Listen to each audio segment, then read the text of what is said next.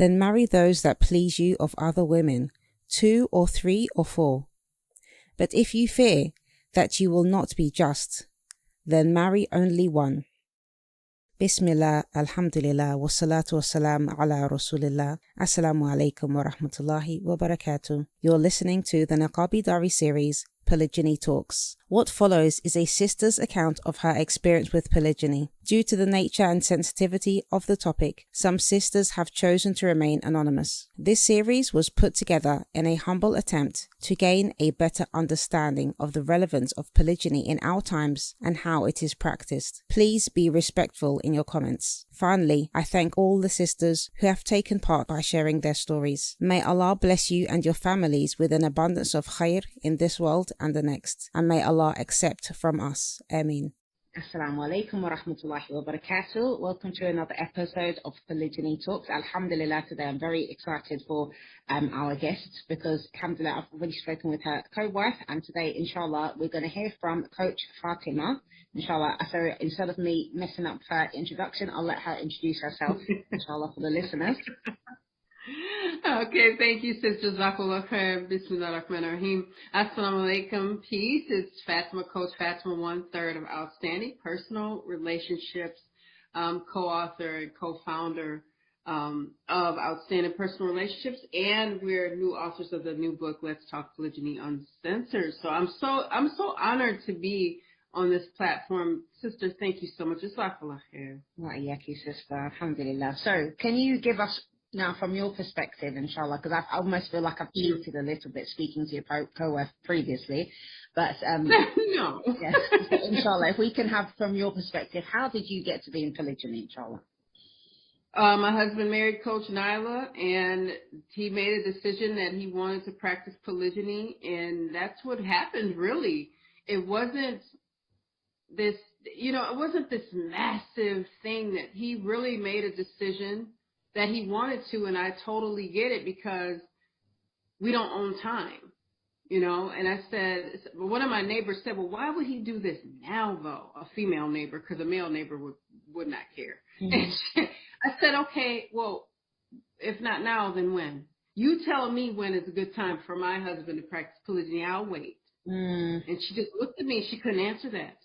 So I couldn't say to him, well, now's not the time. I need to decide that for you because that wasn't my decision to make. Allah placed something, sister, I'm telling you, and the listeners, I tried to make sense of this on my own, and Allah washed something over me, and I said, this is not my decision to make. It is not, he's not my creation. He belongs to his Lord, and if Allah subhanahu wa ta'ala changed something in his heart to do this today, now, this year, at this age, with this many kids, and then one wife prior, then that's what it is. And I had to accept that.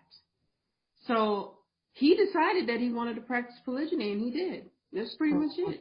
SubhanAllah. So is it something that you think that you had at any point in your marriage, like almost some kind of mental preparation, like, for example, a lot of the times, like brothers, for example, who are interested in polygyny, they will state from the outset that it's something that they're interested in. Another sister that I'd spoken to, her husband had told her that definitely is something that he would want to do before they actually got married.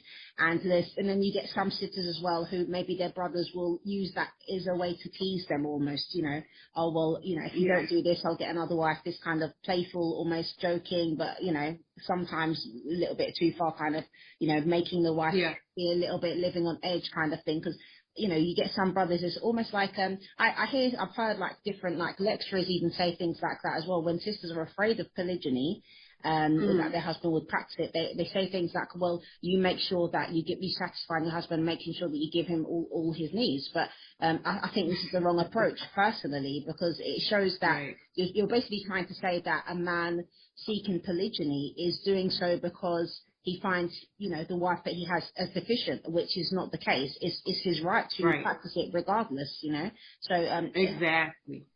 Yeah. So in your situation, how was it?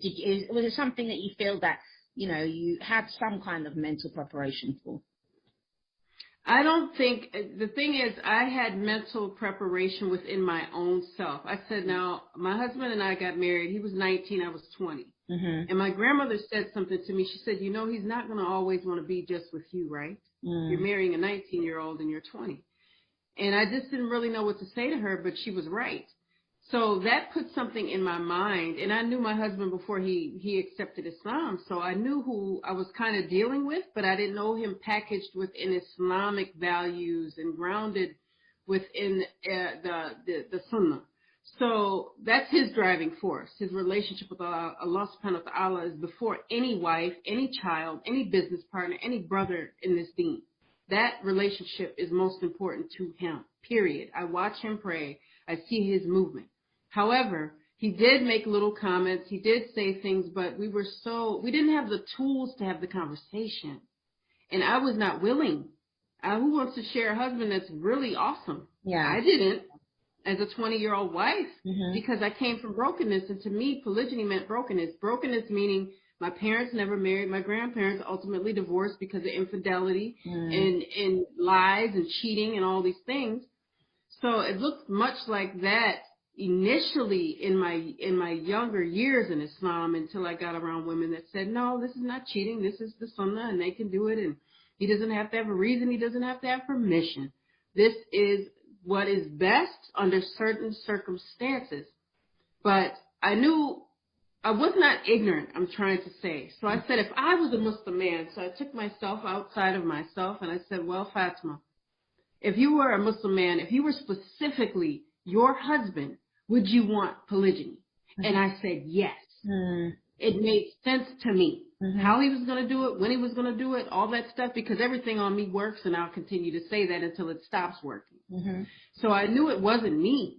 I didn't think it was me. However, your mind and shaitan will start stirring stuff up, and you go, well, you know, you're older than, you're not 20, and, you know, she's younger than, yeah, you know, she's got less kids, yeah, you know. So he'll create this doubt. But I knew an older sister in the community. She was an elder.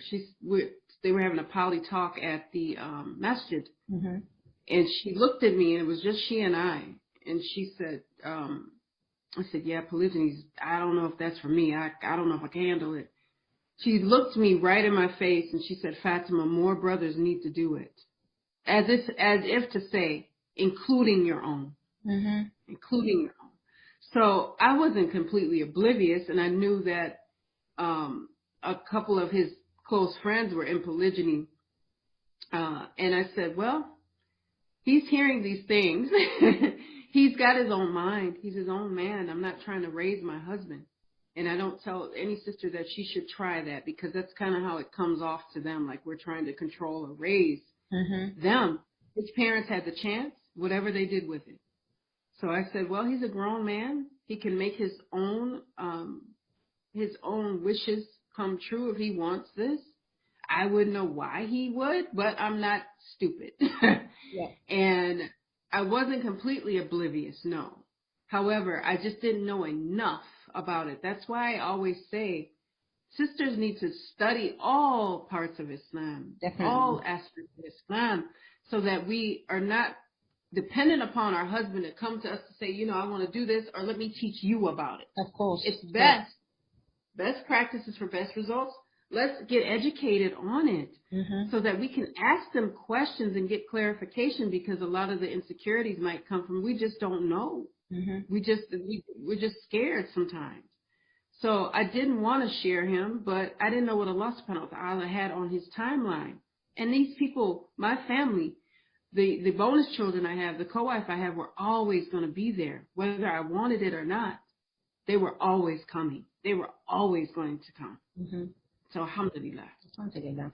SubhanAllah, this is one of the reasons why I really wanted to talk about polygyny, you know, make this series, because, you know, there's so much kind of negativity around it. And I, like, you know, just touching on what you said about Muslim women, we need to make sure we are more educated. And polygyny is part of that, because it is part of our religion. And you don't, you know, you can't, you know, ignorance isn't bliss, you know. It's not something that we should just say, oh, it's not for us, and leave it at that, just praying that one day, you know, never ever happen.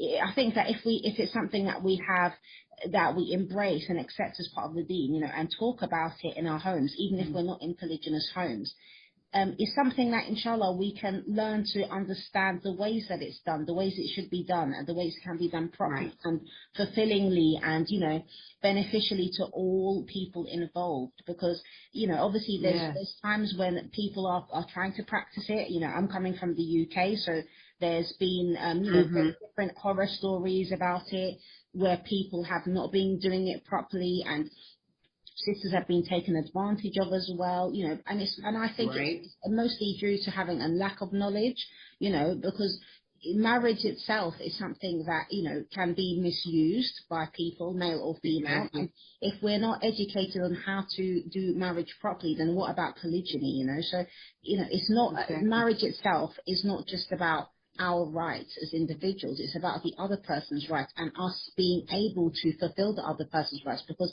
Allah subhanahu wa ta'ala is going to ask us about the rights of others that we fulfilled or didn't fulfill in their judgment. So that's what we need to, you know, have in the forefront of our minds as well. Exactly. So true. And then ignorance is, Jim Rohn, he was a motivational speaker. He passed on, but he said, ignorance is not bliss, it's tragedy. Exactly. And I love that, because it is. And I was an ignorance is bliss kind of thinker. I said, well, you know, I just won't ask. I won't start the conversation because I won't get him started. Oh, he was started by the time he knew he could practice it. He knew that this was in him to want to become more, like he always says. And what he wanted made me who I had to become. And I had to learn that. I had to learn that. I said, this is about Allah subhanahu wa ta'ala and my children, and of course my husband first and foremost.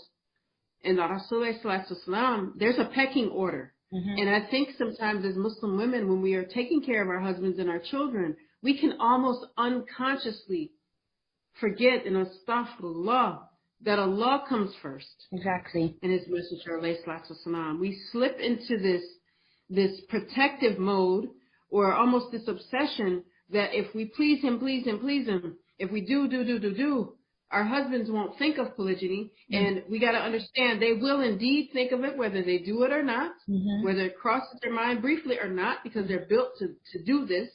And then our children will grow up and they will leave us. So we have to put things in the proper perspective. And what do you have left? What you have left is what you already had at the beginning. Allah subhanahu wa ta'ala and his Rasul sallallahu alayhi wa sallam. That's what you have. You already had it. So we must never forget. Must never forget.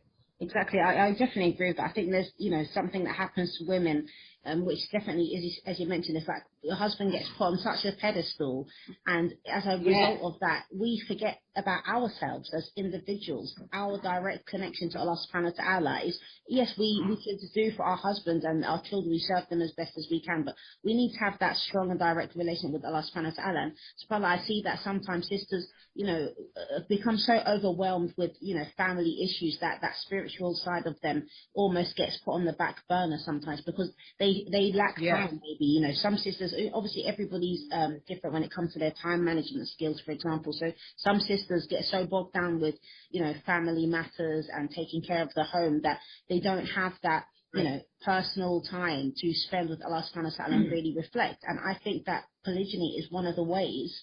I think that's one of the blessings of polygyny, because you do get that little bit extra time to yourself. You know, you have to sit down and think about, you know, when your husband's not there, you've got that time to sit down and think about, well, who am I?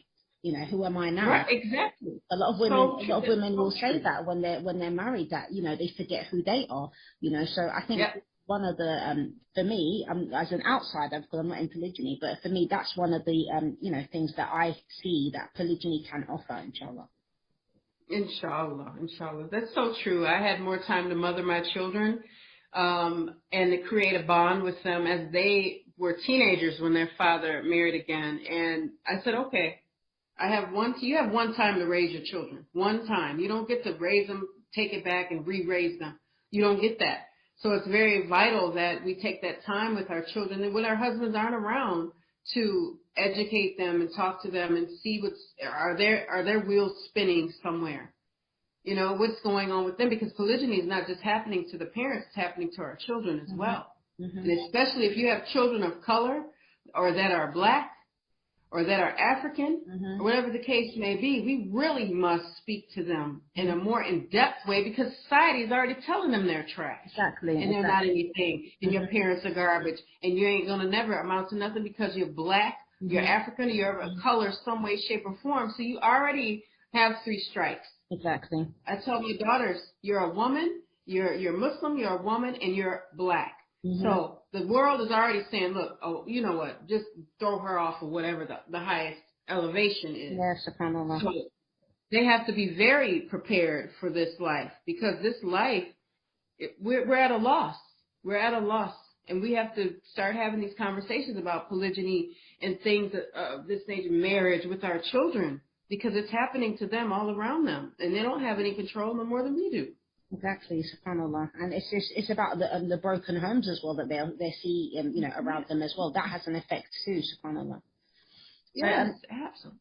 I wanted to talk a little bit about, okay, so when your husband got into polygyny, because Sister Nyla did mention this yesterday, she said that he didn't tell you in the beginning initially. So I want to talk to you about it, as obviously being the first wife. And, you know, this is an issue that a lot of women have a problem with, you know, because, you know, the fact that the husband doesn't have to tell the first wife that he's going to do anything. Thank you. And so I want you to talk about that, inshallah, from your perspective. I want to talk about how you dealt with that and how you managed to kind of like go through your emotions, you know, the stages that you kind of went through as being the first wife, and, you know, kind of learning to adapt and accept what was actually going on when you found out. Okay, what I did was, and she's right, what I did was, at first, it was something that just shook me, because I never known him not to be the man that was willing to tell me what he needed to do. He always had, so why would this be any different?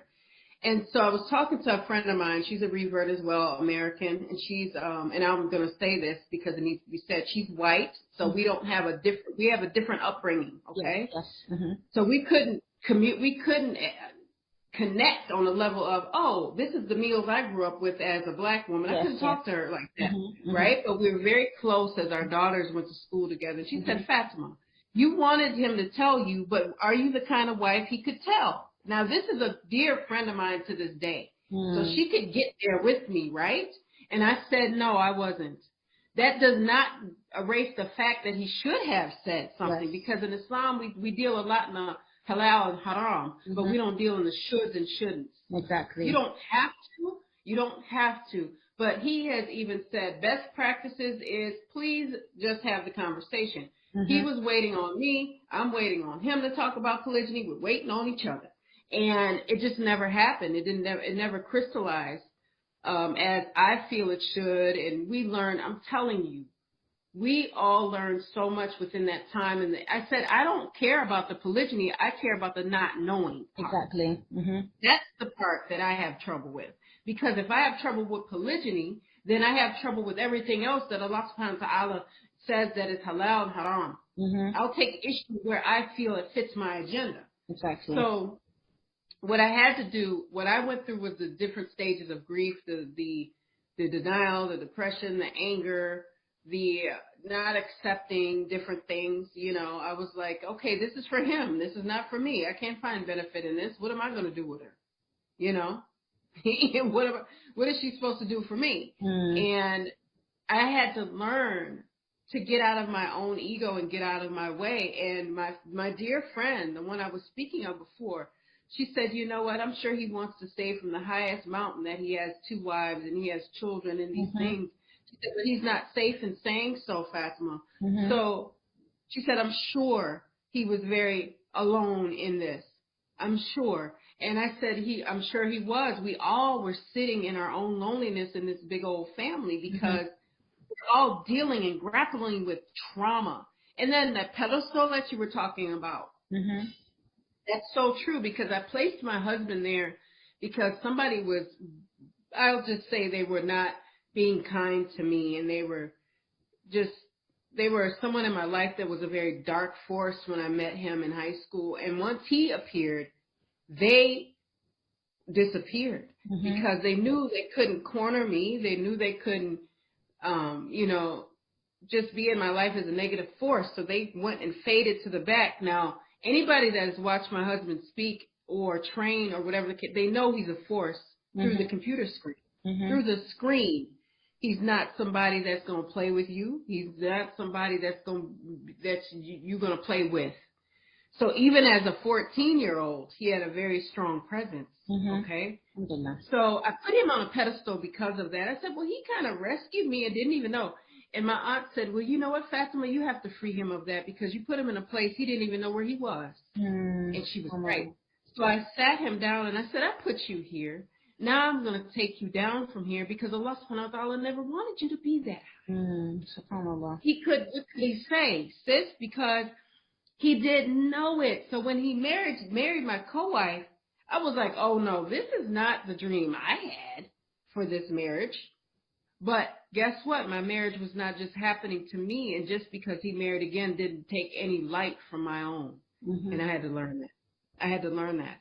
Because one thing I know full well, and Coach Nyla will attest to this, the people that established this family are Coach Nadir and Coach Fatima.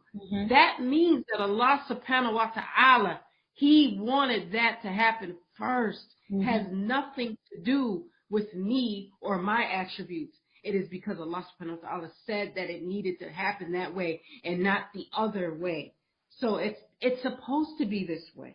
So I had to accept the fact that this is the qadr of Allah. Whatever trauma, bonds that Coach Nadir and I share, whatever that is, it has nothing to do with the attributes of who him and I are. It is because Allah subhanahu wa ta'ala saw fit that polygyny be in my life, whether I knew it, whether I didn't know it, whether it started out rough, whether it started out easy. Allah subhanahu wa ta'ala knew that I was going to be doing this stuff. Maybe because we needed to do the work of OPR to help other families. I don't know. I don't know. And it's really amazing. I knew I was doing Allahumma barik, really, because that's literally like when I was searching on like social media or YouTube, just generally like looking for things about polygyny. I mean, you guys really stand out from the rest. And most of the polygyny that I was seeing, like conversations and stuff coming up, was actually from non-Muslims, and I was pretty I was almost surprised by that. Because when you look for things online, so I was looking to see who, which other sisters I could speak to, and mashallah, you guys, obviously you've got your channel is well established and everything, you put together your content, in a really, alhamdulillah, beneficial way. But from non-Muslims, I was seeing there was a lot of different, people talking about polygyny and its benefits, the Israelites and like other, different people. But when it came to Muslims, like you might get like a conversation here or there. It was like, those very sparse kind of things, nothing that goes in depth, and it's always, from the perspective of, Muslim women hating it, for example, or women hating polygyny. So you often, often getting these kinds of different, not, it's just scratching the surface, do you know what I mean? So, and subhanAllah, so I just think that it's not being done the justice that it deserves, because subhanAllah, look at the Prophet ﷺ, he was married multiple times, and even when we look at his companions as well, and, a lot of the sahabiyats, female companions that we have as our role models, a lot of them were in polygyny, and there's just so many benefits to it. We're not seeing it in the way that it could be or should be seen, and it's like we see these people from such a distance, without having that kind of, a more realistic connection with them, as they were as people, and how did they actually live day to day? What were their lives on a practical level? How did they maneuver in their day to day, interactions with their own families? We don't look at them like that. We just look at, the amount of deeds that they might have, or the fact that they was promised Jannah, but we don't look at the kind of processes that they've been through to get, that status in the first place, subhanAllah. So I think that's important, polygyny is definitely one of those ways, so we need to talk more about it so that it can be, inshallah, practiced properly, because as I said, even the marriage in general in the community is, not being done as it could be, as it should be, Right. because people have a lack of knowledge about what a marriage is actually for, and we're fed all these kind of Hollywood and Disney narratives. Thank you. It's getting us brainwashed, basically. People, That's right. and even now, like you look on social media and you see these Muslim, the ideal couple goals and all this kind of things. People looking all polished and lovely. You see them praying Right. together and holding the hands, and all this lovely rosy looking stuff. And there was a post by a brother recently, and it actually really made me laugh. And he said, like, you see all these Muslims online, these so-called couple goals and stuff like that, and sisters who aren't married, they're seeing things and thinking, oh yeah, that's their ideal marriage, that's how they want their marriage to be. And he said, once that brother farts, you're gonna forget about all that. Right, okay. Exactly. It's like, a wrap. SubhanAllah. It's like, think about it. This is real life. It's a real person that you live with. That part, yeah. And, this is what we need to, like, we need to strip back those layers of facade and just get down to the nitty gritty, like what a marriage is, and, how we function as beings. And exactly, it's part of our journey back to Allah subhanahu wa ta'ala, subhanAllah. It's so true. It's so true. I always tell people, they make OPR so much about the three of us. There's 12 people in our nuclear tribe right now. And that's a lot of people, because there's a lot of children and there's a lot of young adults in this tribe. But I want my children and my bonus children to know that we're just part of each other's lives. We're just passing through. We're passing through this life very quickly, very quickly. So I know that I'm married. I know I have a co-wife, but these people are not my life, and I'm not theirs. So we're not to just sit and be fixated on Coach Nazir, and he's not to just sit and be fixated on us as his wives. We have to move. We have to do things. I'm not just a wife and a mother. I'm an entrepreneur. I'm an author. I'm an artist. I love fashion. I love designing jewelry. I love cracking a funny joke or two every now and again, and I can't do that just staring at Coach Nazir. I can't. I want to learn Islam. I want my Arabic to be better. My understanding of Quran to be better. I can't do that just staring at him. Exactly. This is a form of worship. This is a form of worship, to just be fixated on him. We want to curate these relationships we have with these men and these children, but are we curating the relationship we're supposed to have with Allah subhanahu wa ta'ala? Exactly. Are we doing that? That's important. That's important. Exactly, subhanAllah, because, it's just like our husbands as well. They're human beings, and at any point in time, we could lose them, by any means, subhanAllah. So we don't know how long we have these people for, and, I've seen this happen to some sisters, for example, who, put so much into their husbands, and subhanAllah, when, Allah decreed that it was their time up, and, the husband passed away, the sisters, subhanAllah, obviously, when you lose somebody that you love, you're going to miss them, but it was like, it can be even more than that sometimes, because some sisters depend on their husband to such an extent. He's their crutch in everything. So, you this person, and it's like you've lost yourself. You don't even know where you are, who you are anymore, what you should be doing, because that person is no longer in your life, and it shouldn't be like that, subhanAllah. So, I wanted to talk a little bit about balance in the family, because obviously you mentioned that you have, mashallah, tabarakallah, a huge, well, not huge, but like a large family, which I don't want to say, but I love the idea of a big family myself. So, alhamdulillah, Allah Mubarak, it's 12 of you all together. So, how do you kind of maintain the balance now? Because obviously you have your kids, and then Coach Nyla has her children as well, and then Coach Nazir as well. He's obviously the leader. So, how do you maintain the balance? How have you kind of, over the years, how have you managed to balance, all of these people in your lives, basically? Well, I mean, just as far as practicality of how the family moves, we have a family calendar, we have a family group chat, we stay very connected, we live very close to one another, we check on each other. One thing I want the audience to know is that, Allah forbid that anything happened to Coach Nadir anytime soon. I have a relationship with Coach Nyla that we have discussed that we will continue to be close and take care of our children together and move forward together. So we have each other for life, regardless of whether he's living or not. And that's important, because we would want to keep our children raised together and And that balance, it matters, because you would want to not create this facade of the only person holding this thing together is Coach Nadir. It can't be that for his children. People always want to make this competition between she and I and go, well, I have 7. She's got 3 with him, two children of her own that he is, we all look at these children as all our children. Yes, so we don't make this hardcore distinction, but I'm just, for people that don't know. And I said, oh, well, you're trying to say I have more children than Coach Nadir? I said, Coach Nadir has more children than both of us. Now what? He won that. He won that round. Okay. So asking the proper questions about what we need to do to balance the family and create a togetherness is important. So some women don't want to be close with their co-wives. They don't have to. But you also don't have to have a successful poly family either. Exactly. I mean, so you don't have to be best friends. We're not saying that.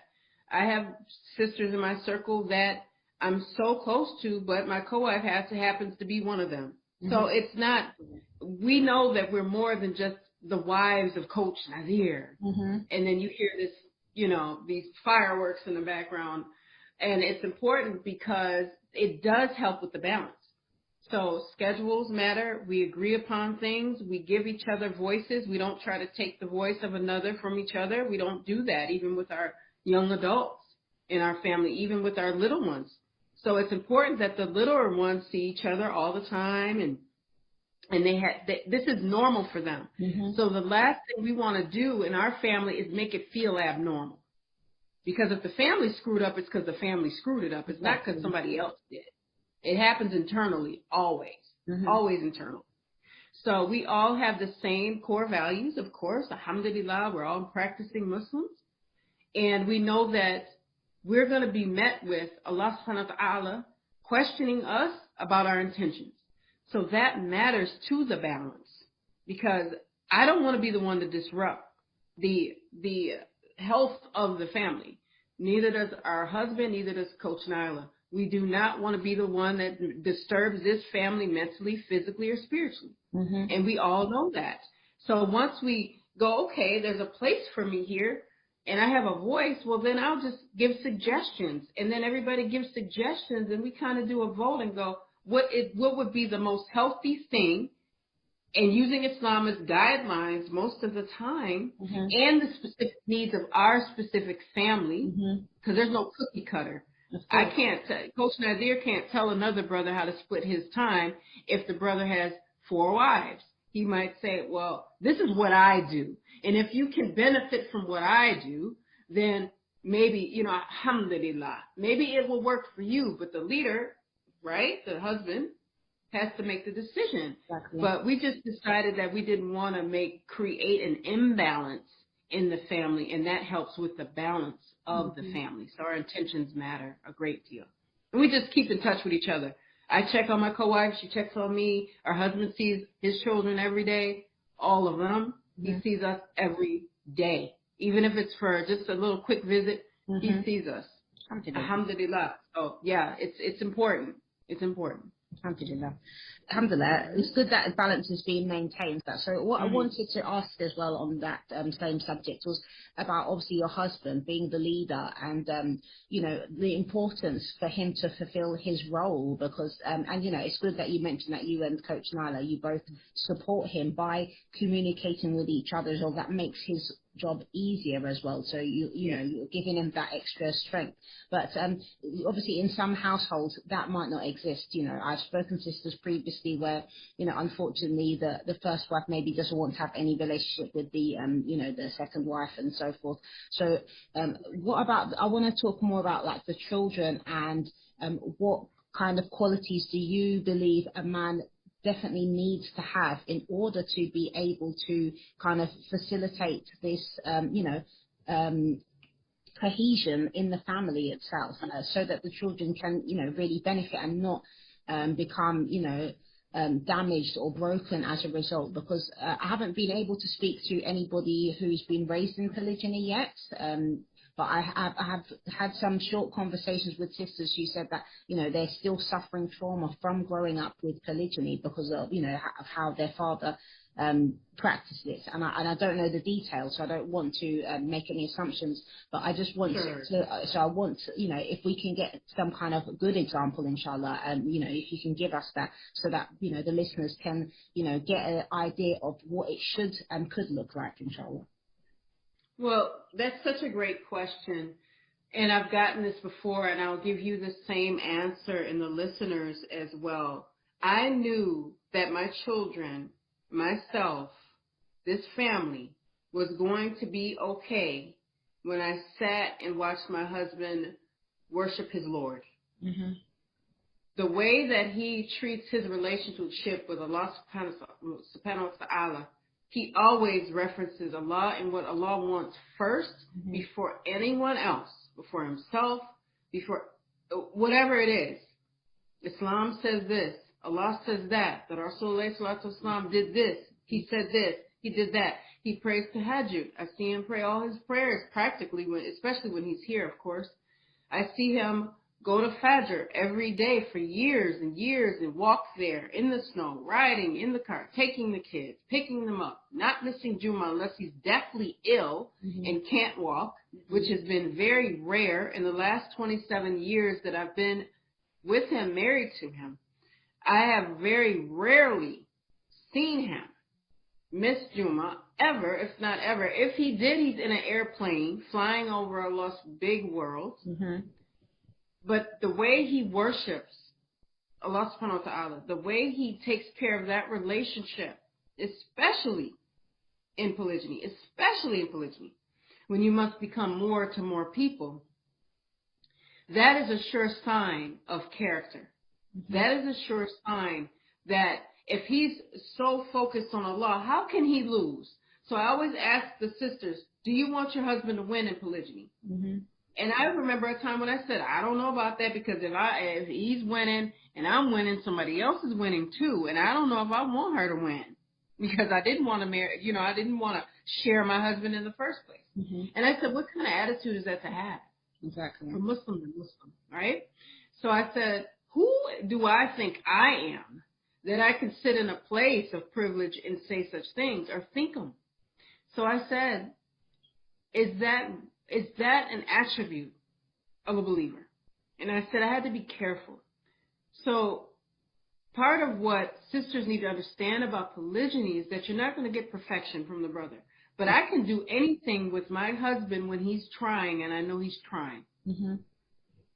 When a person is trying for you, for your family, and first and foremost for Allah subhanahu wa ta'ala, I had to think about how much of Coach Nadir's life revolves around what we're doing. Of course, he cares about the health and well-being of each family member, each child, each wife. Of course, I think that goes without saying for him specifically. But he cares so deeply about his relationship with Allah subhanahu wa ta'ala that sometimes I look up and I said, well, he just prayed, and then he's back an hour later, he's praying tahajjud, or he's praying istikhara, or he's just up and down all night. And I said, subhanallah, this is about Allah. This is about Allah. We are vehicles. I'm just a vehicle to help people understand polygyny and our husbands and ourselves, but I'm not the last word on it. I have to make dua for him. I have to make dua for my co-wife, our children in this family, myself. And I said, Allah subhanahu wa ta'ala, offer me, please, understanding of what's going on and knowledge of what is going on. And I'm sure, in one of my darkest days, I will tell you this, I was struggling one of these days with polygyny. This was years ago. Mm-hmm. And Coach Nadir had said something to me. He said, I said, make dua for me. I asked him to make dua for me because he married again. I said, please make dua for me. This day is rough. He said, I make dua for you every day, even before polygyny. That's how I kind of knew I'd be okay. SubhanAllah. I said, because he's praying not for himself to just be successful in polygyny, or just, Allah, make it easier for me as the husband. These women are dragging me, these kids. It wasn't that energy. It was, I pray for everybody. And I've been praying for you. I've been asking Allah to help because He cared. It wasn't, oh, look at me, I must pray for you because I have my life figured out. No. But when He said, I make dua for you every day. Sister, subhanallah, those things make us love our men more and respect them more. Absolutely, 100%. Allahumma barik. Like literally, like it's one of the things. Like, and this is a practical side of Islam that unfortunately I think a lot of people don't get to see. You know, sometimes Muslim men, you know, especially when they are practicing, can have this kind of very stoic appearance from the outside, and we don't get to see, you know, how they interact with their families and the kind of love and care and attention that they give to their families, and you know how they're working for their families to serve their families, and you know, especially when it comes to we're thinking about ideas of marriage or polygyny in general, you know, people, as I said, they have these negative perceptions and views that it's something, it's all for the man. And some men who aren't in polygyny probably think as well in the same similar fashion that it's something, it's just for them to enjoy more women, you know, and it's not, that's oversimplifying, it, really. I mean, marriage in general, yes, marriage is there to fulfill our physical rights, is to make them halal, but there's so much more that goes into a marriage than just that, subhanAllah. So it's like you get to fulfill something which, you know, is in the halal, but at the same time it comes with, you know, a whole set of responsibilities and duties and rights of others. And in polygyny, obviously, it's the same. So, subhanAllah, we don't get to see, you know, the side of men that, you know, that they love, that they care, you know, these beautiful things that when we look at the Prophet ﷺ, we see that in his character, you know, and I think, you know, these are the things that we know that he, ﷺ, he was the best, you know, to his wife. We know that, but in our Muslim community, how often are we seeing that? Because, you know, one of the things that I really love about your family, Al Mubarak, is that, you know, there's such dynamic in it. Obviously, it's just because Coach Nyla, she also has children from her previous marriage, and, you know, so they're part of the family too. So, you know, you have children which are also, you know, with the same father with her, but then she's got her children from previous marriage. And, you know, as coming from being a single mother myself previously, you know, when single mothers have this kind of, you know, excitement or anticipation, we hope that we can find a brother that is going to, you know, basically, you know, be a man, that leader, that somebody that is going to be able to take our children in and, you know, lead them. You know, it's not even just like, I'm not even going to just say like take them as his own, but have that kind of, you know, that kind of you know, feeling towards it, like he feels naturally responsible for them, even though those are not his biological children. And because when I look at the Sunnah, I see that in the Sunnah. But I think that in the Muslim community, unfortunately, or at least what is being kind of, you know, put out there is that, you know, it's like, oh, you know, you get married again, they're not his children, so don't expect anything. You know, it's kind of this kind of idea. And, you know, is that what being a man really is? You know, is that what makes a man feel that he's a real man? You know, I don't believe exactly. You know what I mean? Like, it's like, oh, I'm marrying you, so, you know, don't expect anything from me with regards to those kids because they're nothing to do with me, they're not mine. And it's just like, you know, just like you mentioned, the things that your husband does as a Muslim man, you see that relationship that he has with Allah subhanahu wa ta'ala. At the very least, this is what any woman should be expecting for that man that she marries to show her children, because this is, you know, first and foremost, what we want our children to be growing up, seeing and following. You know, that's what we want, because that's where the real nurturing is going to come from. And obviously, not just practicing Islam, you know, that we can see the person practicing Islam, but that practical implementation in the family home. What does it look like? This person who fears his Lord, how does he treat people around him? How does he treat his, you know, those people under his, you know, responsibility?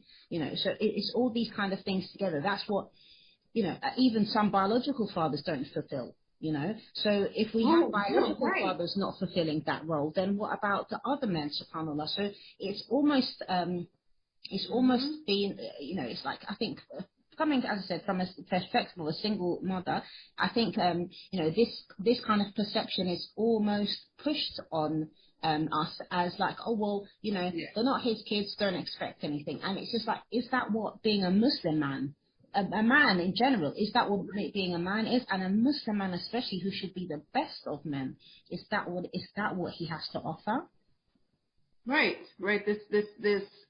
This cocky, arrogant attitude where it's, you know, your kids are trash, they're not mine. The friend that I was speaking to you about earlier, the sister that's Caucasian, she had the same dynamic as Coach Nyla. Mm-hmm. So she was married before. She has 2 children from 2 previous marriages. Mm-hmm. And then she became Muslim, mm-hmm. and then she had 4 more with her Muslim husband. Mm-hmm. And she said, Fatima, you don't know what it's like to be a single mother. You've never been. Mm-hmm. She said, but we want family. It's not about taking your husband from you. Now, mind you, this woman is not in polygyny. She's Mm-hmm. never been. And she said, if I was, I would laugh at my husband trying to do it because he doesn't even remember our kids' birthdays. So she gave you a really good laugh in the first year. And she said, you don't understand, as a single mother, we want family too. We don't want to be a single. We didn't get married to get divorced, but sometimes things don't work out, even though you have every desire for them to work. She said, so it's easy to sit on your side and be like, why would he marry a single mom, you know, and try to make this work? And she said, well, we want families too. And I said, I'm so glad she said that, because I even say it to this day. You know, it's easy when you've not walked that life before, mm-hmm. and you don't know what it's like in the challenges. So we should respect one another and not, you know, especially the men have to come into polygyny and go, okay, I'm not treating my children any different than my bonus children. We don't do that here in our family.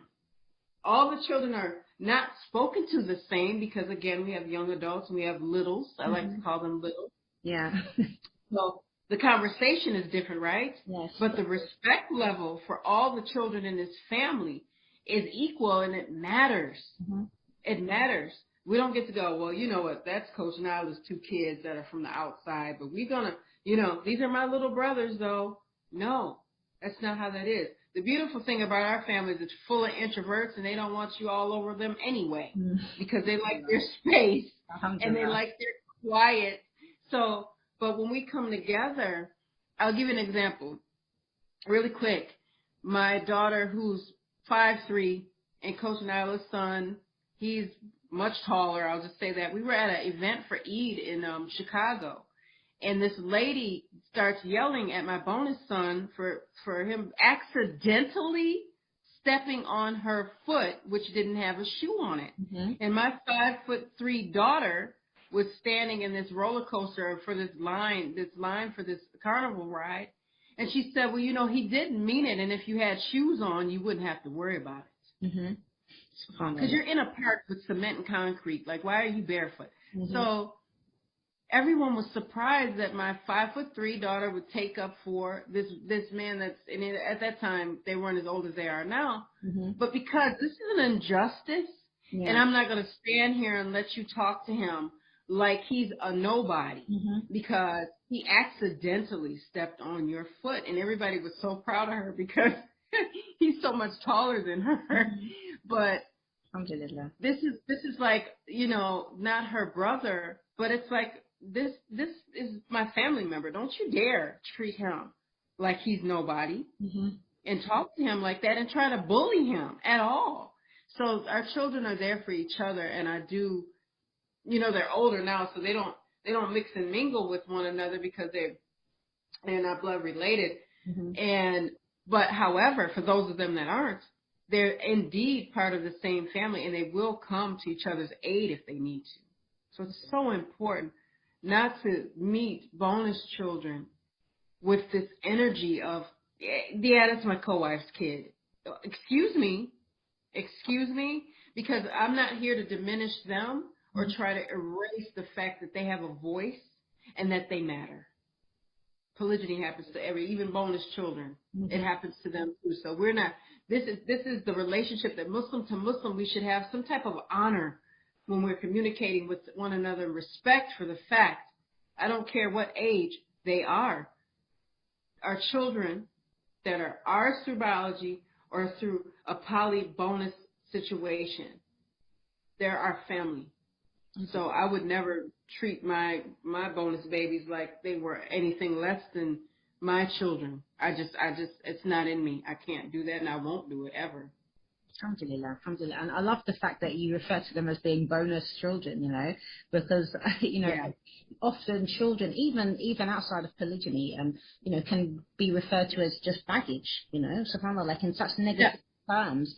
And, you know, I think, especially the times that we're living in now, you know, especially well, coming from the West as well. I mean, you live in America, I'm assuming, right? So there's a lot of negativity towards children and people who have more than one or two children, and you know, it's like, you know, you should have as little as possible. You know, it's like they're a bother, they're a burden. Right. Not seeing children as the blessings that Allah subhanahu wa ta'ala has bestowed on us. You know, so we're having these kind of negative ideas. There's a lot of negative ideas around kids, and even in the Muslim community, you know, it's affecting us as well, because a lot of Muslims prefer to try to, you know, plan their families by having less kids, you know, instead of just doing, you know, letting it be as Allah subhanahu wa ta'ala has decreed, and, you know, whatever you get, you get, you know. So they're kind of, a lot of people are consciously trying to plan, you know, the families. Obviously, each to their own. I'm not trying to criticize anybody, but you know, it's just the people's perceptions of children in general. So it's nice that you refer to them as being a bonus. That's something that is an extra blessing for you, that you can take care of these kids and nurture them into their adulthood. So they're growing up having these positive relationships with Muslim adults, you know, male and female. Whereas if, you know, they wasn't in your family unit, in your tribe, they might not ever have that experience, subhanAllah. So, you know, it's something that, inshallah, you guys are going to be rewarded for,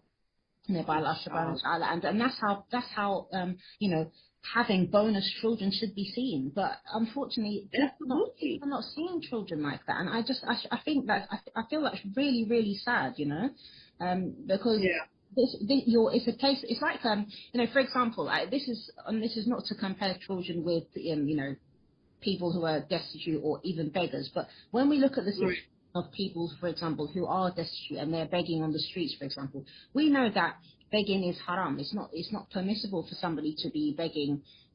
But the giver, the one for us to give them, is halal. Why is that? Because there's so much blessing, and if Allah subhanahu wa ta'ala has put that person in your way, that you see that, you know, that you can help them, then you should be helping them, and they shouldn't even reach that point where they need to beg, you know. So it shows the burden of responsibility on the ones that Allah subhanahu wa ta'ala has given more.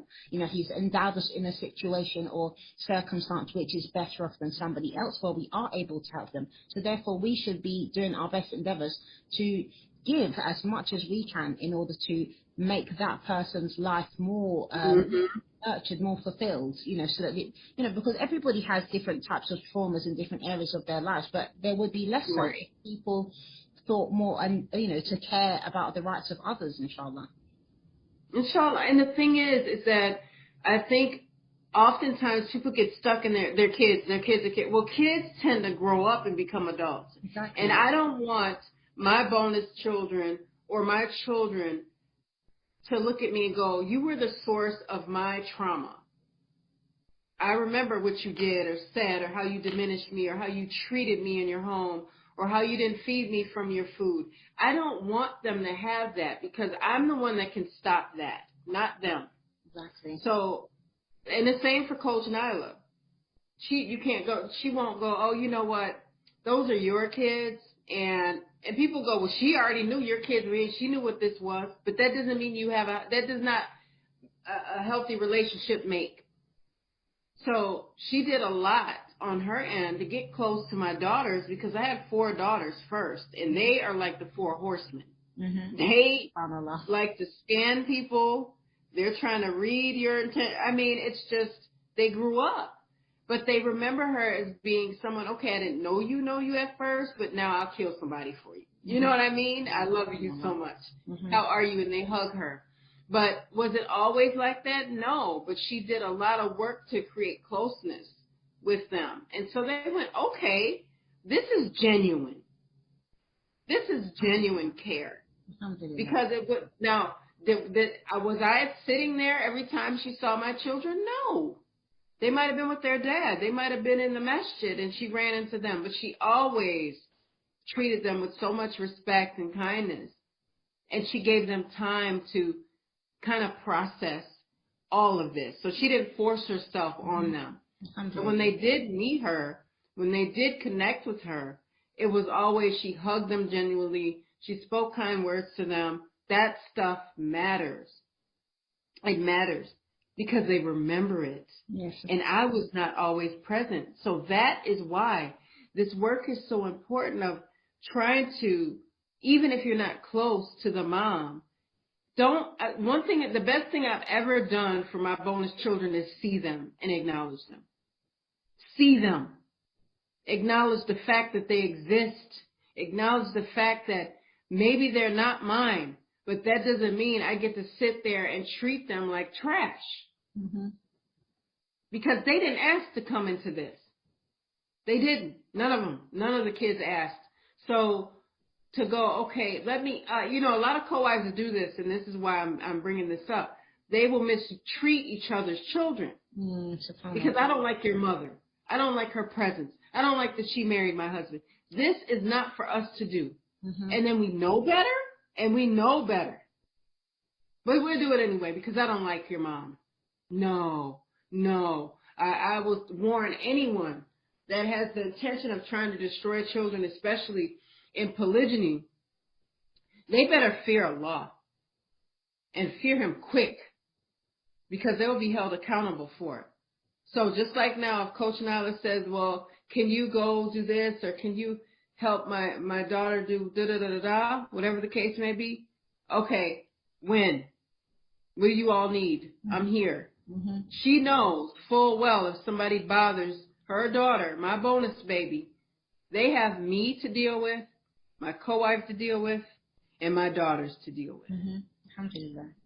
She has to have that. She has to feel that she's accepted and not punished for polygyny. Mm-hmm. It's so important for our bonus babies. It's so important. Absolutely. And, even the situation that you mentioned, subhanAllah, I think every, wife, they need to reflect on what would happen to their children had, if Allah subhanahu wa ta'ala calls them and they, pass away, and their husband was to remarry. He doesn't even need to be in polygyny. He could marry another woman and that she would be the stepmother of those children.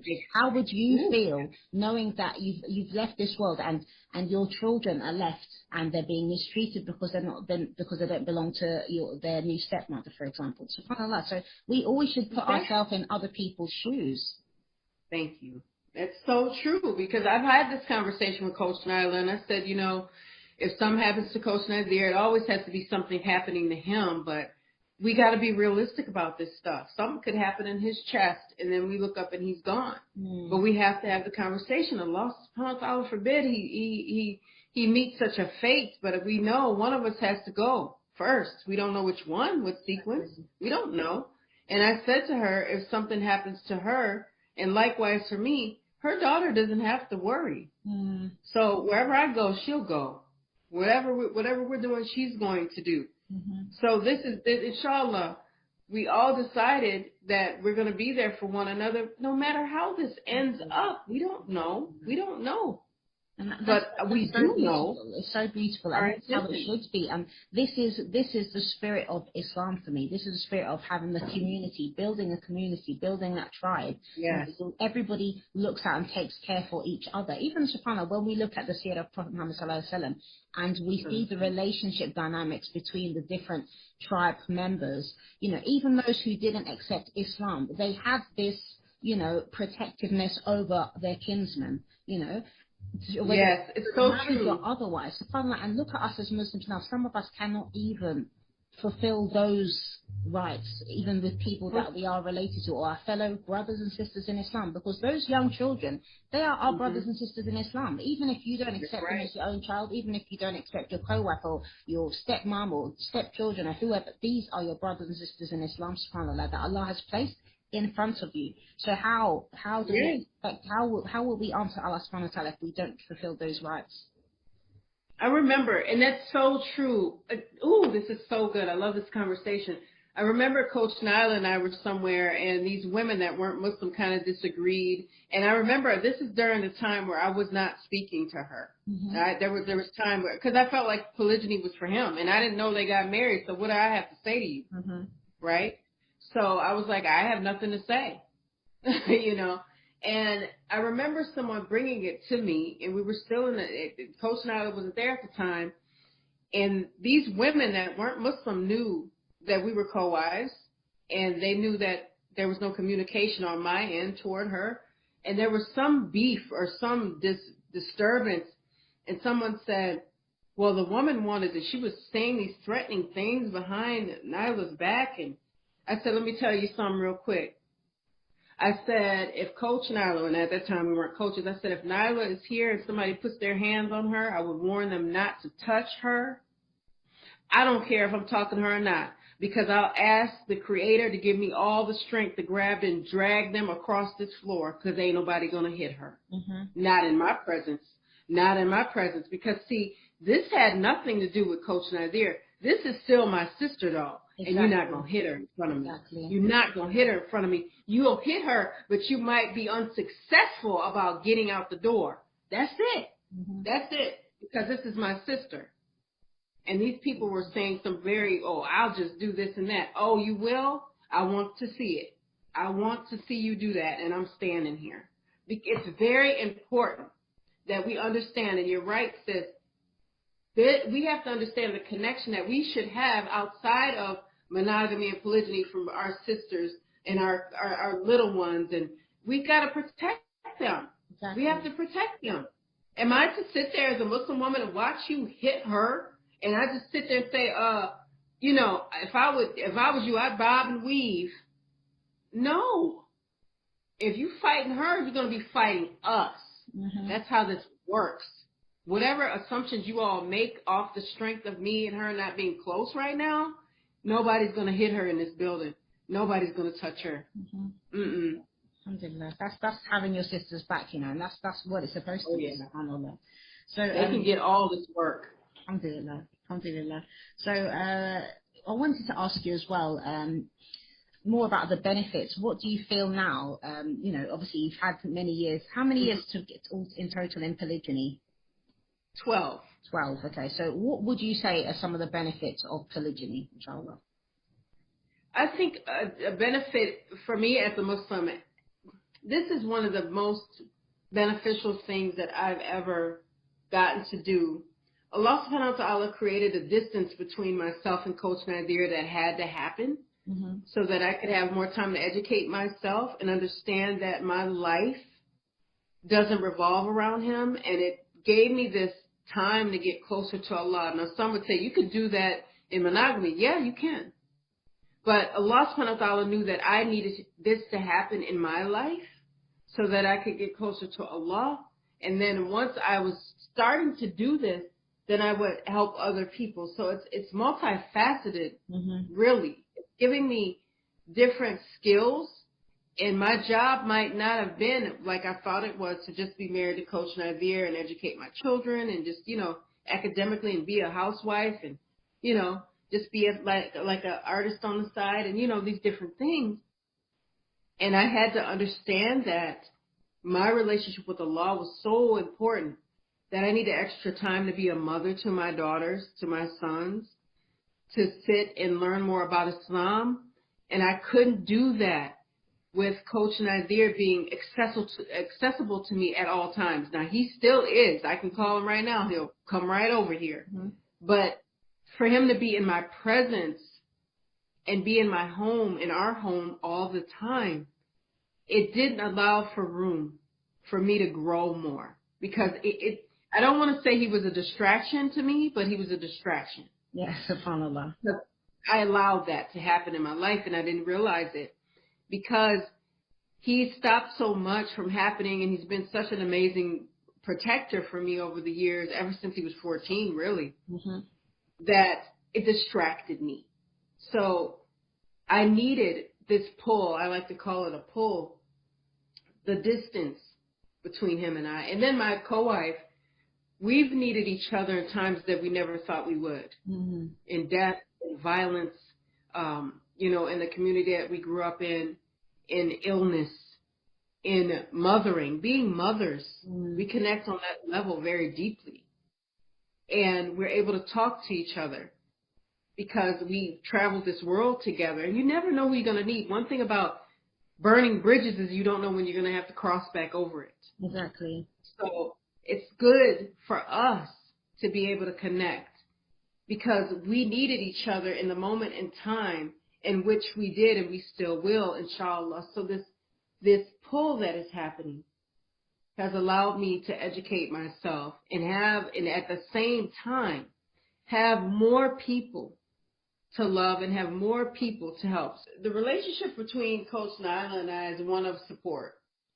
So we support each other not only as wives and Muslims and mothers, entrepreneurs, creatives, just and friends, and we have a sisterhood. So there's so much about us that has nothing to do with Coach Nadir. And when we talk, we don't make it about him. And one thing I told her when we first spoke, the very first time, I said, if we're going to talk, I don't want to talk about him. I don't want the focus to just be him. I said, because I need to know you outside of being his other wife in order to foster a really healthy relationship. I had to know she's from a huge family, a blended family. That's why it was easy for her to blend into ours. So, and I told her that this is why this is good for her because she knows nothing other than a blended family. So it's not something that everybody's thinking she's crazy for wanting to marry a married man. And I said, she's not crazy. This is how she grew up. I mean, what? It's so easy to try to demonize a subsequent wife, especially because she's supposed to have it all figured out and know what this thing is because she stepped into this. That's not true because there's so much that falls outside of your hand no matter what. One thing I know about my marriage with Coach Nadir, I'll just go back there very quickly, is that polygyny allowed me to value my marriage more with him. So I couldn't see him all the time when I wanted to, but guess what? He couldn't see me all the time when he wanted to. And it made a closeness because there was a value there that it amplified the value that we already placed in monogamy. It made it more powerful because you can't see me every time you want to. We have hours and rules and boundaries that we never had to approach before. We could do whatever we wanted to. But now because we have to respect everyone and everyone's rights, we know that, okay, then that's going to limit our time together. However, we'll find each other more valuable now because of polygyny. Because of polygyny, not in spite of it. Not in spite of it. But because Allah subhanahu wa ta'ala placed this here for, we don't know what reason, but I can just make a list of things that are beneficial. And one of them is, I'm sitting here going, okay, what do I need to do for Fatima today? SubhanAllah. Right? How do I spend time with my daughters tonight? Where can we hang out? What are we going to eat for dinner? And just, I can talk to my friends more. I can see the people that I'm not married to more. There's more time for just knowing and discovering who I am outside of being just Coach Nadir's wife. Because a lot of times, even with OPR, people go, oh, that's that man and them two women that are crazy. And they're just, decorative pieces for him. These are contracts between Allah and us all. He's still entrusted with the care and protection of us and this family. This is not just arm candy for Coach Nadir. It's much, much deeper than that. Much, much deeper than that. So all they see is flash and wives grinning and a brother sitting in the middle of them looking like he just got the world by the neck. And it's not that. This is about much, much deeper than just our family. It's about helping other people because we knew when we didn't have anybody and how horrible it felt to just feel like you're in the world of polygyny is just happening all around you and everything's chaotic. It's like we want to quiet down the chaos. We want to quiet down the chaos. And I can't do that if I'm ignoring my co-wife and her children and my husband and, it's just about me. It's not just about me. It's not. And we got to understand that. Alhamdulillah. So, what advice would you give to a sister, for example, who is contemplating entering into polygyny, or, you know, somebody who was like yourself, a first wife, basically, and somebody's coming into their family, or they've just found out that some new person has come into their family? Well, for women that are entering into polygyny, I would say make sure that you investigate the family, you know, not in a negative way, but do your homework about the brother and the family. Study polygyny in Islam and the rules, regulations, guidelines, and learn more about the Rasulullah Sallallahu Alaihi Wasallam and his practices in polygyny, and that those of the mothers of the believers.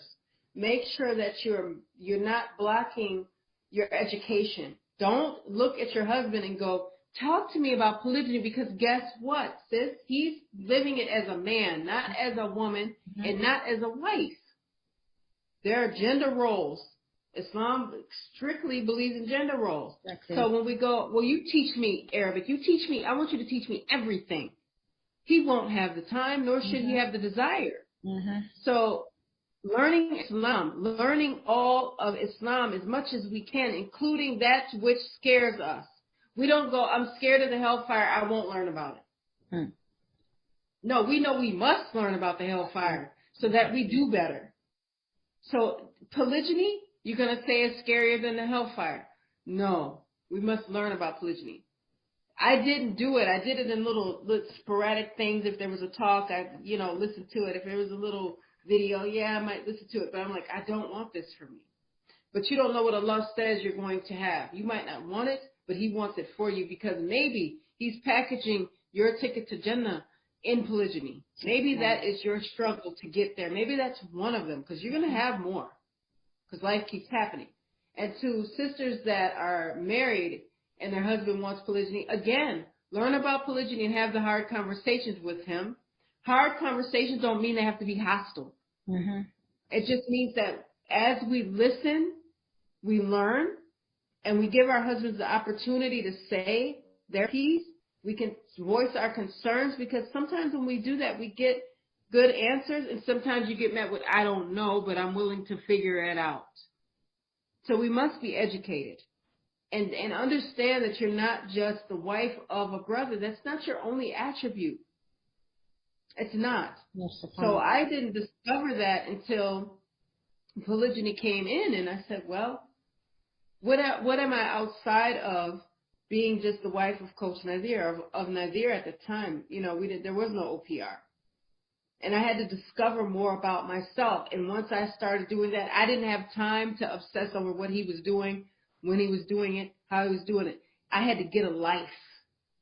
I had to get a life outside of being a wife and a mother, although those are very noble things to be.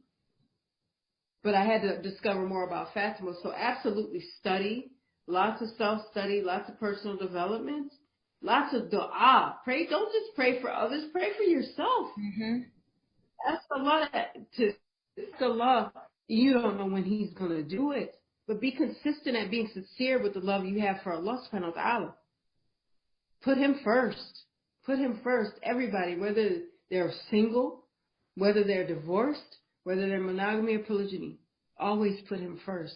That's the best advice I could give anyone. I understand that Rasulullah Sallallahu Alaihi Wasallam, from what I know, left his wives for a month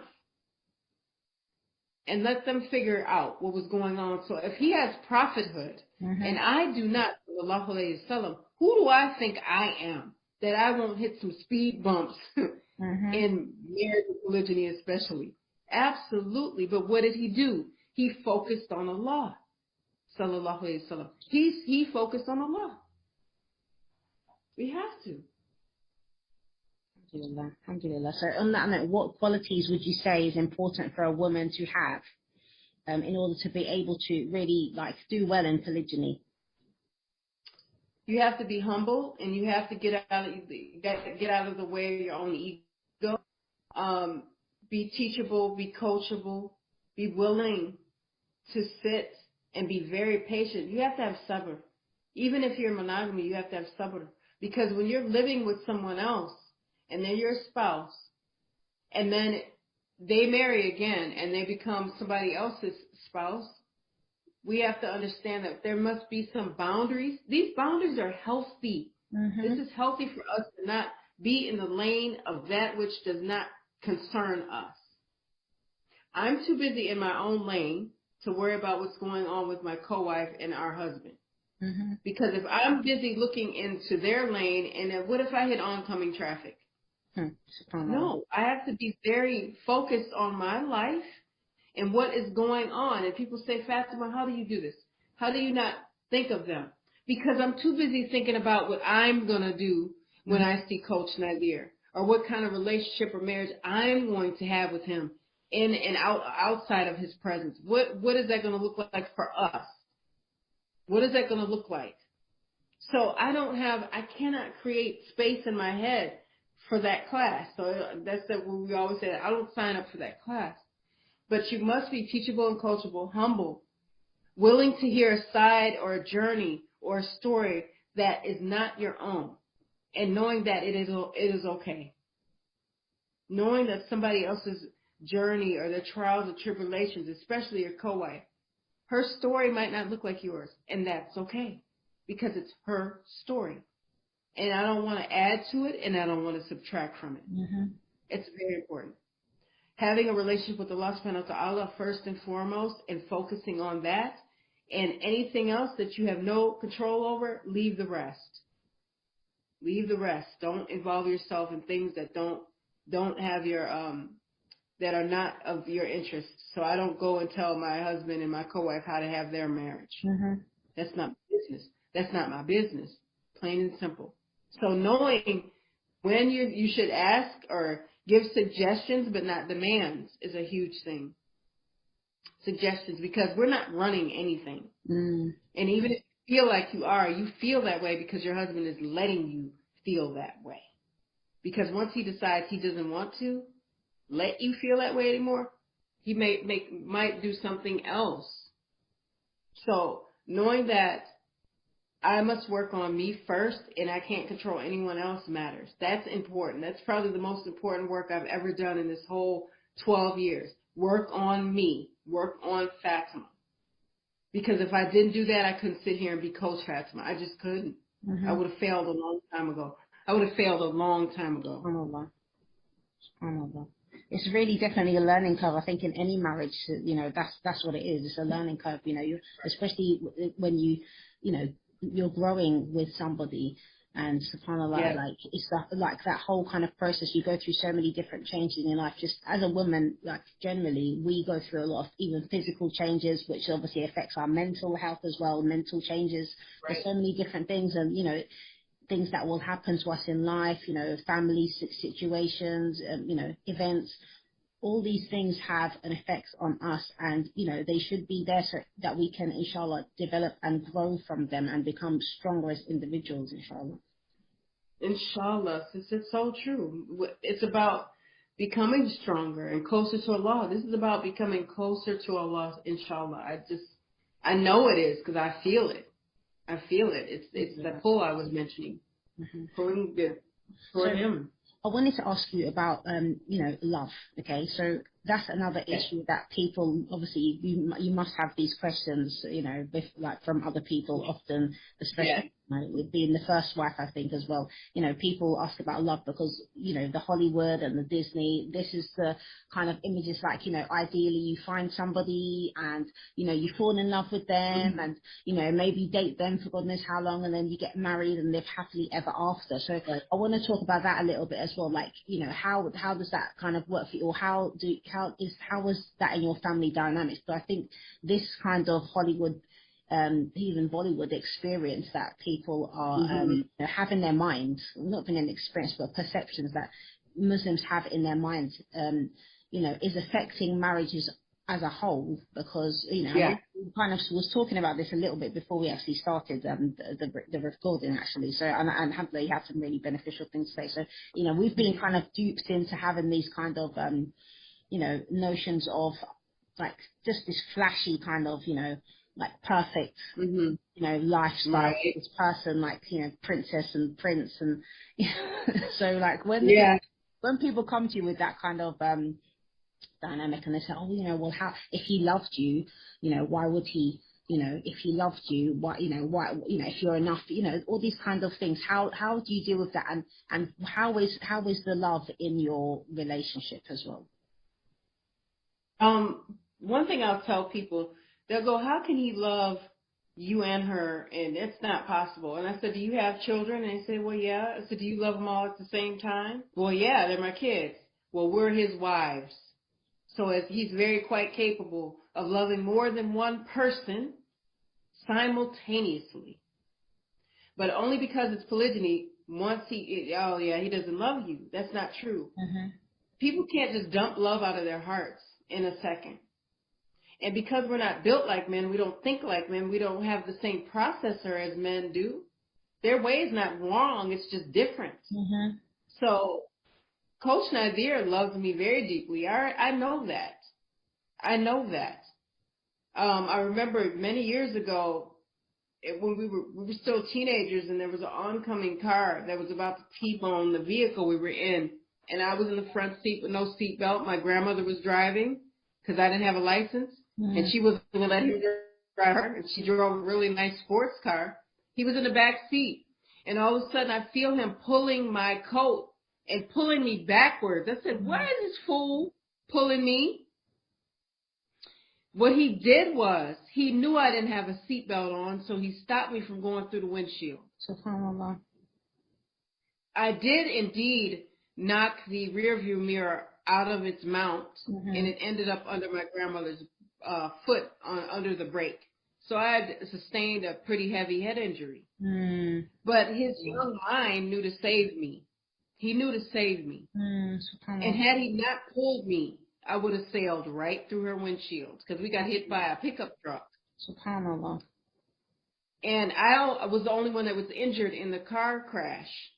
And I said, he was so smart. I said, he's not rendered an idiot because he married again. Look how he was jumped into action as a youth. SubhanAllah. And I remember him telling my grandmother after he got into polygyny, she wanted to talk to him, and she said, I don't want you there. I want to talk to him because she raised me, to him alone. I said, okay. And she called me up and she said, I asked him, what are your intentions now on my granddaughter? And he said, I ain't going nowhere. And she told me, she said, that's what he said. He said he ain't going nowhere. And he hasn't went anywhere, and it's been 12 years.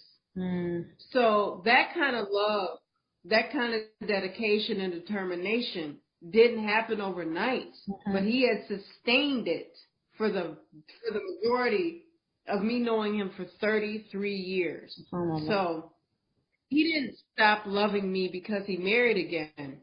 He loved me more. It was more of a deeper relationship because I'm here, he's here, and we're being very intentional about showing love, not only each other, but our family. So that kind of love is so priceless.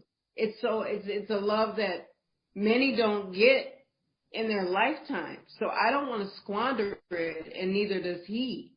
So I said, okay, I'm not willing to roll the dice on missing out on a man that loves me very deeply because he married again. It doesn't take an ounce away from my marriage and who we've been in our marriage because he married Coach Nyla. It doesn't. What it did was magnified what was already there. SubhanAllah. That's beautiful. SubhanAllah. And I that's something I wish that, obviously, this is why it's nice to hear these positive and, good experience about polygyny because, I'm sure that for any other first wife out there, or sister whose husband is contemplating this, that she will have certain fears thinking that, maybe she's deficient or something's wrong with her or something bad will happen to her marriage because of polygyny. So, this is very encouraging to hear, like, how it can be and how it should be actually, subhanAllah, because if we look at the Prophet Muhammad sallallahu alaihi wasallam, and obviously, like, it was known that even Aisha radiallahu anha, that was his favorite wife, the one that he loved the most. But he had a good relationship with all of his wives. And subhanAllah, I was listening to a talk the other day, and the sister, she was, I can't remember the sheikha's name, but she was talking about how the time when I think it was his wife Safiya, she had went to visit him in the masjid because he was in itikaf. SubhanAllah. So, she was talking about how, this wife, she wanted just to spend time with the Prophet Muhammad sallallahu alaihi wasallam. And, when we think about these different dynamics, it wasn't Aisha that went, to visit him in the masjid at this time, it was Safiya. So, and he came out and he, to walk her home and give her that quality time, that she was, seeking from him, so, you can see how, as a man, as a leader, as a husband, paying attention to these different needs, of those people who are in your life, your wives, your children, subhanAllah, because everybody has, like you said, everybody's got a different personality, and everybody will be, they receive love, or they see love in different ways. So, I mean, even when I was talking with Coach Nyla as well, one of the things that we talked about was what do you call it? I always forget these terms. The love language, that's the one. Love languages. So everybody has their own kind of ways that they like to be shown love. And, in expressing to the other in the way that we know they like to be loved, even if it's not something that we feel comes natural to us, that in itself is showing, true love to them, because we're having to, make that extra effort to, show the person what, like, love the way that they feel loved, So if it's a sense of touch, or if it's a sense of, or if it's, for example, words of endearment, or giving them gifts, or whatever it is, we have to make that effort consciously. So I like what you said, now, you both together in your marriage, you're intentional, and every marriage should be intentional. Everybody should have that, in their marriage, to keep them grounded, being intentional, making those decisions together, important decisions, thinking about, what you want to do, what, what's your ideals for life, and how you want your family to grow and go to the next level as well. Because I think, we don't think about marriage, like that sometimes, but I personally think of marriage often as like a business. So it's just like, you're thinking about how do you want this business to flourish? Because when people will start like bring entrepreneurs, for example, you see that business as like your baby. So, and you're thinking about the plans, different stages. What do you want it to be in like 5, 10, 15 years time? So a marriage for me, like obviously there's more dynamics with marriage, but if you think about it from the perspective of like, kind of like a business mind, how do you see, if you make those intentions and think, well, how should this marriage, be progressing and, evolving so that we can get closer to Allah subhanahu wa ta'ala, and helping each other to grow, and, raising, righteous, children who are, fulfilled and, well nourished in their, mentally, spiritually, emotionally. There's so many different dynamics that I think often we neglect to think about as well. Exactly. It's true, because we focus things, and we have to switch our focus and redirect ourselves when we start to do that.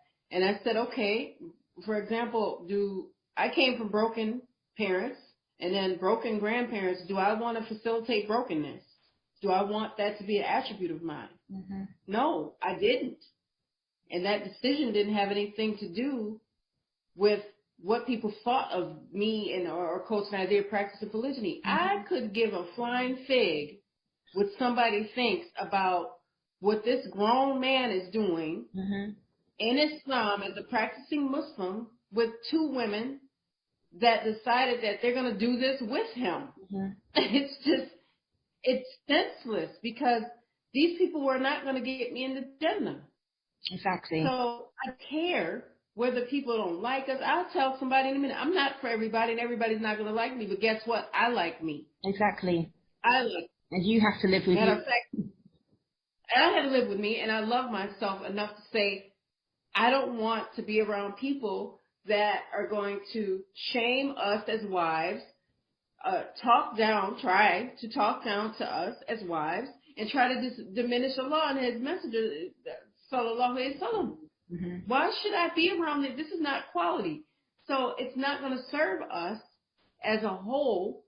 Then I must leave it. I have to abandon anything that is not going to support the health and well-being of my marriage, Coach Nazir's marriage, and our family as a whole. I can't do it.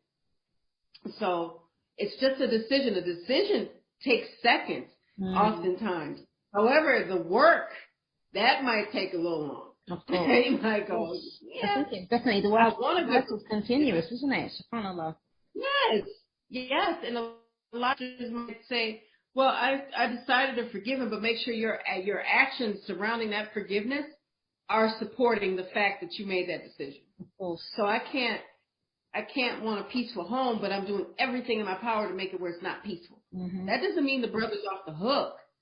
That just means you're going to have a conversation and you're going to support peace, or you're going to support the love that you all share with one another.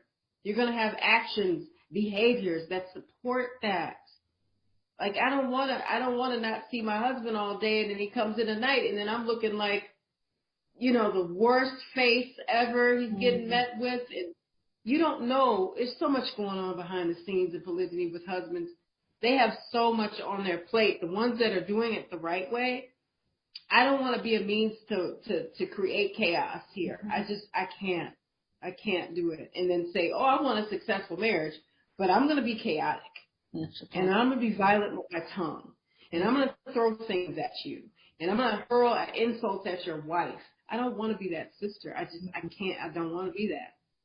Alhamdulillah. And that's emotional maturity as well, and just maturity in general, subhanAllah. And I think it's accountability as well, especially as a woman, because another thing that we're seeing often in Western culture is lack of accountability from the side of the women. We're good at playing victim and blaming the other, and poor me, this kind of thing. Yes. But we're not taking a personal, responsibility or accountability, and it's not supposed to be like that. As Muslim women especially, we know that Allah subhanahu wa ta'ala is going to hold us accountable, everybody, not just the men, but the women as well. So regardless of what somebody else does, we have that duty to ourselves first and foremost, because Allah subhanahu wa ta'ala is going to ask us about our actions, not about the other person's actions.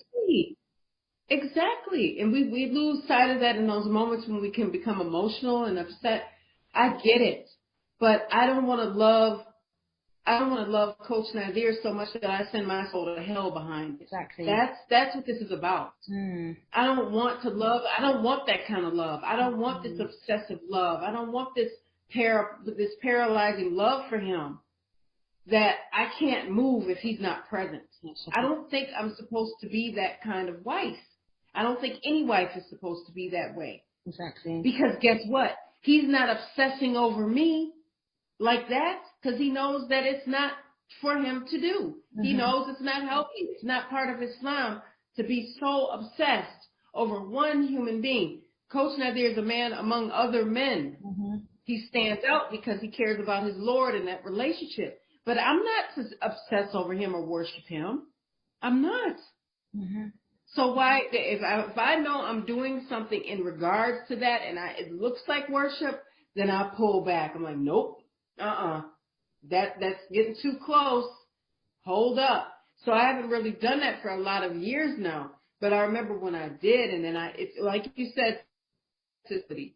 So wives must be able, for as much as we want to hold others accountable, hold yourself accountable more so, is what I'm saying. Hold yourself in account for what you're doing or not doing. So you might want to feel like you want to be snarky with your co-wife or say something or give a backhanded compliment. Don't do it. Don't do it. Because if you can't speak good, kind words to her, go somewhere and sit down. Go pray to Rakat. We want to diminish making wudu and praying to Rakat. Like, yeah, I did that. I prayed to Rakat. Yeah, I made wudu, but she really made me mad. Well, if you came out of your Rakat and your wudu like that, then it wasn't sufficient enough for you, or you weren't sincere enough in it to do well, do better. We have to do our work, and we want somebody else to do it. They're not going to do it. It's not going to be effective. It's an impossibility. You have to do your own work. Inshallah. Make a good intention to do so. Absolutely. SubhanAllah. So lastly, okay, I'm going to wrap this up now. We've been talking for ages and I could probably talk to you all day. SubhanAllah, the more that I talk to you, the more questions is like coming into my mind. I was like, okay, just stay in the subject. Okay. I'm having a ball. Okay. MashaAllah. Inshallah. Okay, so lastly, I wanted to ask, what do you think is important for men to understand when thinking about entering into polygyny? I think what I stated before, that it's happening to not just you, it's happening to everyone that's within arm's reach of you. So your decisions matter. And you being able to become more, like Coach Nadir always says, he entered into polygyny, become more. That's important because it is going to stretch you in ways that you never thought. And also, if wives can, sometimes when we're emotional, we can back up and dump all that emotion. Just know that it's okay to say, I don't know yet, but I'm willing to figure it out. Mm-hmm. Men also got to understand that they need to become more and hold themselves accountable as well. And you're responsible for the hearts of many. It's not just, and don't go from one wife to the other complaining. It's okay to set boundaries. It's okay to tell your wives or your wife, I'm scared too, but I'm willing to do what I have to do on my end, so they know it doesn't all fall on you, brother, to do what's successful for our family. Mm-hmm. So sometimes men can get dismissive in their wives' emotions. I'm simply saying, hear her out. And I always tell sisters at the appropriate time, talk to your husband. Don't talk to him when he's busy doing something else, because him being receptive of it is probably not going to work. So it's having the hard conversation at the right time. Have the courage to sit down with your wife and listen to her, answer whatever questions she has that are within the, in the boundaries of Islam, and which you have not figured out. Admit that you have not figured that out yet, but you are trying your best to. Don't just, woman, I can do this, get out of my face. That's not going to get the results that you want. That's not going to make her feel any better. But have the honest conversation and sit down and know that working on your relationship with Allah subhanahu wa ta'ala is the most important thing you'll do, because you'll put him first before anyone and anything else, and you'll be able to have that relationship and go to him with sincerity in your heart and make dua for yourself and your family as well. And be consistently consistent. Mm-hmm. Women love that. Yeah. Wives love that because it gives us some stability. Exactly. And then it takes away some of that fear. Women can't stand when things feel like they're not stable. Mm. We get scared because then we go, what's going on? Nobody's answering my questions. I don't know what to do. So if you can offer that, please become more, like Coach Nadir says, become more. Mm-hmm. This is going to stretch you. And know that you must pick up the leadership role and go with it and continue and keep that relationship with Allah subhanahu wa ta'ala strong, because that's who you're going to have. That is what you're going to have when things start to kind of fall out of your hands. Always remember that. Always remember that. Hold yourself accountable, inshallah. Inshallah. Barakallah feekum, sister. It's been an amazing discussion. Alhamdulillah. Jazakallah khair for giving so much of your time today. Alhamdulillah. Yeah, thank you. I'm so honored to be here. I really appreciate you, sis, because it takes a lot to open up a platform, especially about this subject. This is no joke.